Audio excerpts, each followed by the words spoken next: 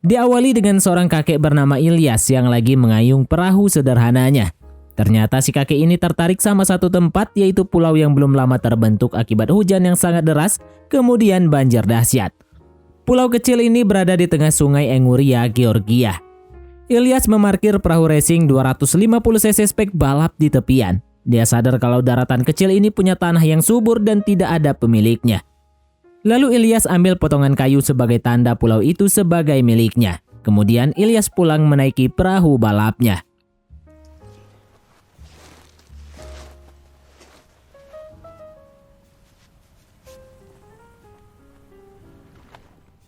Besok paginya Ilyas kembali lagi ke pulau itu sambil membawa banyak material kayu-kayu bekas.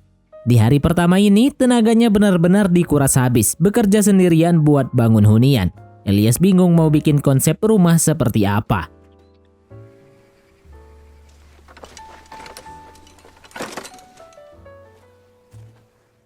Waktu terus berjalan, bongkar pasang terus dilakukan sampai akhirnya Ilyas menemukan desain rumah yang pas.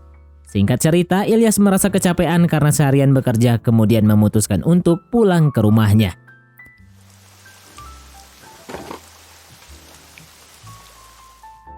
Hari berikutnya dia kembali ke pulau yang dia tempati untuk membangun rumah. Tapi nggak sendirian, dia datang bersama cucunya yang masih ABG. Namanya Maria, yang sudah nggak punya orang tua dan harus diurus oleh salah satu anggota keluarganya yang tersisa, yaitu Ilyas kakeknya sendiri. Hari itu adalah hari pertama Maria datang ke pulau. Dia tahu tak ada pilihan lain, tempat ini satu-satunya yang layak buat dihuni, karena rumah lamanya sudah terendam air dan tidak mungkin bisa ditempati lagi. Selama di sini Maria cuma menjadi mandor saja, hanya melihat apa yang kakeknya kerjakan, mulai dari memasang perangkap ikan yang bakal jadi sumber makanan mereka. Sesekali Maria ikut bantu ngerjain proyek itu sesuai arahan. Saat Ilyas istirahat, Maria mengerjakannya sendirian. Sepanjang awal film kita cuma disuguhi perjuangan Ilyas dan cucunya Maria membangun rumah sederhana bermodal material bekas yang diambil bolak-balik pakai perahu itu. Saat Ilyas dan Maria lagi asik dengan aktivitas masing-masing, mereka dengar suara dari perahu balap motor yang mengangkut beberapa tentara. Ternyata saat itu Georgia lagi tidak kondusif karena sedang terjadi peperangan. Saat beberapa tentara itu melintas, Ilyas dan Maria cuma bisa melihat dari jauh. Ilyas pun cerita kalau mereka lagi berada di area perbatasan, area yang berbahaya buat negara maupun yang lagi berperang. Mau tak mau cuma pulau ini yang bisa mereka tinggali.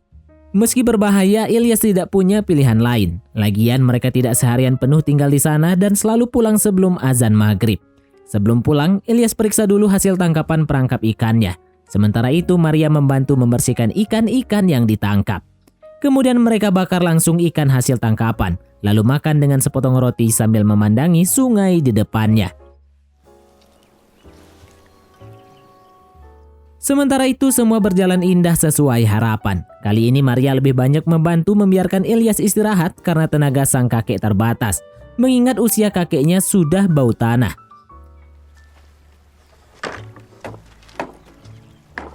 Akhirnya gubuk yang dibangun selesai. Maria langsung membasuh badannya sementara Ilyas duduk santai. Tapi untuk kedua kalinya melintas lagi sekelompok tentara. Kali ini tatapan mereka berbeda. Tentara itu cuma melihat Maria yang lagi berlari. Di samping itu, Maria baru sadar kalau hari itu dia sudah puber untuk pertama kalinya.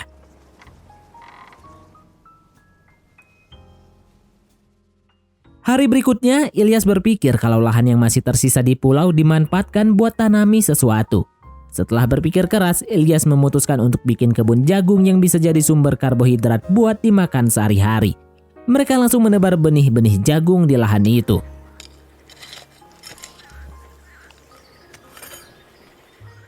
Hari demi hari pun berlalu, hujan pertama turun setelah sekian lama.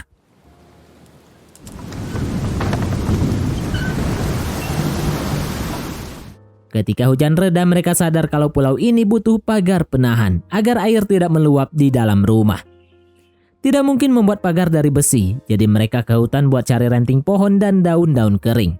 Tiba-tiba saja terdengar suara tembakan berkali-kali. Maria langsung diperingati Ilyas buat bersembunyi demi menghindari peluru nyasar. Setelah terkumpul, ranting dan daun dirangkai di pinggir pulau, berharap air sungai tidak merusak lahan jagung dan rumah mereka. Singkat cerita, berminggu-minggu terlewati dan jagung yang ditanami sudah mulai terlihat. Usaha keras kakek dan cucu ini benar-benar berhasil.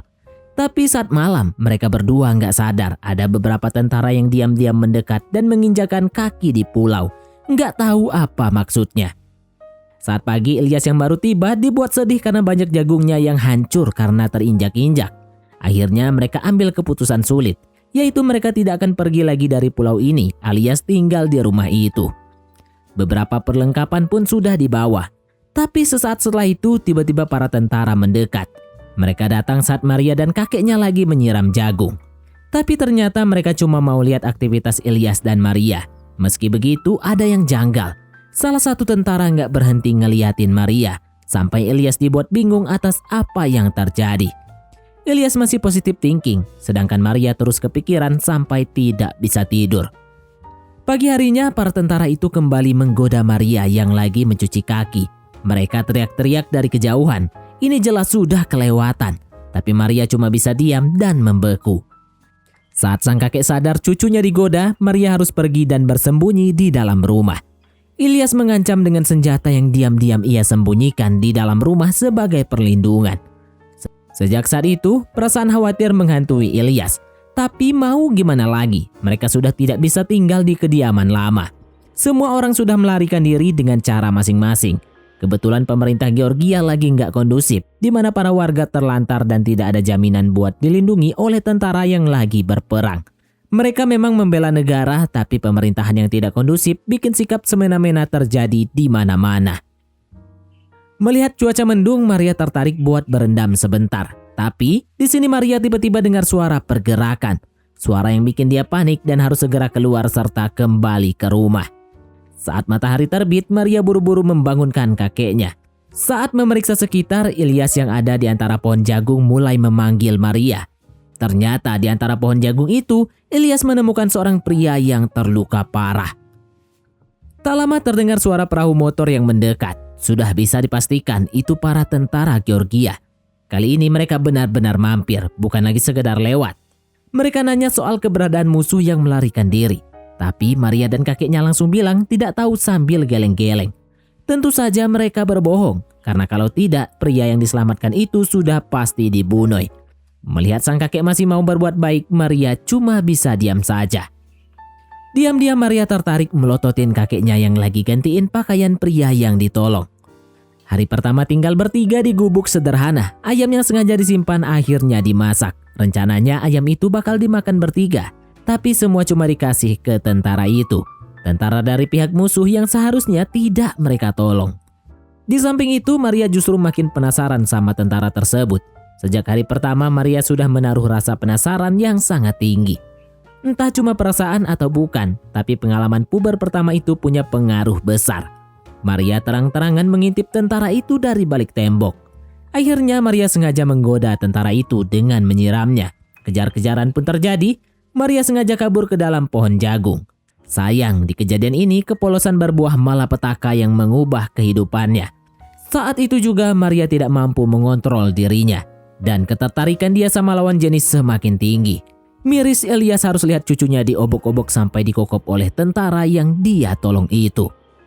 Seketika Ilyas langsung bubarin mereka. Maria dimarahi habis-habisan. Sedangkan tentara yang ditolong cuma bisa menunduk karena malu tapi enak. Dari kejadian ini, Ilyas bikin keputusan besar. Segera pulangkan Maria. Maria disuruh pulang ke kediaman lama yang sudah kebanjiran. Tanpa Maria, Ilyas harus melewati hari-hari berdua dengan tentara itu. Sampai akhirnya dia harus sembunyi lagi. Tepat saat itu tentara Georgia datang buat bertanya hal yang sama. Tentu Ilyas jawab nggak lihat siapa-siapa. Seketika salah satu tentara nyeletuk, ada arak oplosan nggak? Ilyas jawab masih ada sisa sedikit bekas mabruk semalam. Akhirnya para tentara itu nginjak kaki di pulau ini. Sebenarnya Ilyas bisa saja biarin tentara yang dia selamatkan meninggoy di tangan para tentara itu. Karena setelah dipikir-pikir tentara itu nggak tahu terima kasih dan malah ngobok-ngobok barang milik cucunya. Tapi karena terlalu baik, Ilyas cuek saja sambil nawarin oplosan sisa semalam.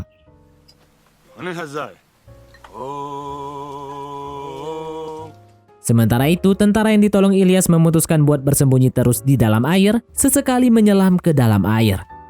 Setelah urusan selesai, para tentara yang mampir itu berterima kasih atas oplosan yang diberi. Dan siapa sangka tentara yang ditolong Ilyas memutuskan buat pergi aja.